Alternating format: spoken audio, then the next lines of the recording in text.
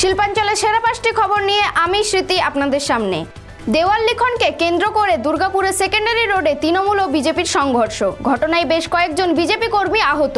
এই পরিস্থিতি সামাল দিতে ঘটনাস্থলে পৌঁছায় দুর্গাপুর থানার পুলিশ বাহিনী।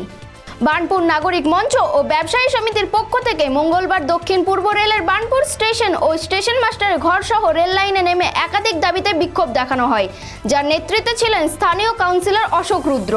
তাদের দাবি, করোনার সময়কালে যে দূরপাল্লার ট্রেনগুলোকে স্টপেজ থেকে উঠিয়ে দেওয়া হয়েছিল, সেই ট্রেনগুলিকে আবার স্টপেজ দিতে হবে বার্নপুর স্টেশনে।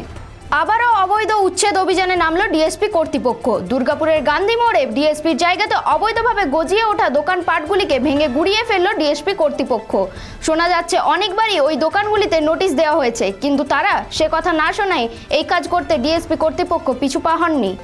আজ দুর্গাপুর বিধানসভার পারুলিয়া আদিবাসী পাড়ায় মায়ের পুজো দিয়ে মিছিলে সামিল হন হাজার হাজার কর্মী সহ সমর্থকেরা এবং কমলপুরে প্রচারে জনতার কাছে উপস্থিত তৃণমূল প্রার্থী তথা প্রাক্তন ক্রিকেটার কীর্তি আজাদ। আসানসোলের চিনাগুড়ি এসিএল এর কয়লা খনিতে 1 ও 2 কয়লা খনির 1 নম্বর পিটে ডুলির ওঠানামা যন্ত্রাংশ ভেঙে পড়ে দুর্ঘটনা ঘটে। এই ঘটনায় একজন খনির ভেতরে পড়ে যায়, আরেকজন খনির বাইরে। শিল্পাঞ্চলের সেরা 5টি খবর এখনকার মতো এই পর্যন্তই। চোখ রাখুন পরবর্তী খবরের জন্য খবর বাংলার স্ক্রিনে। খবর বাংলা, খবরের খবরদারি।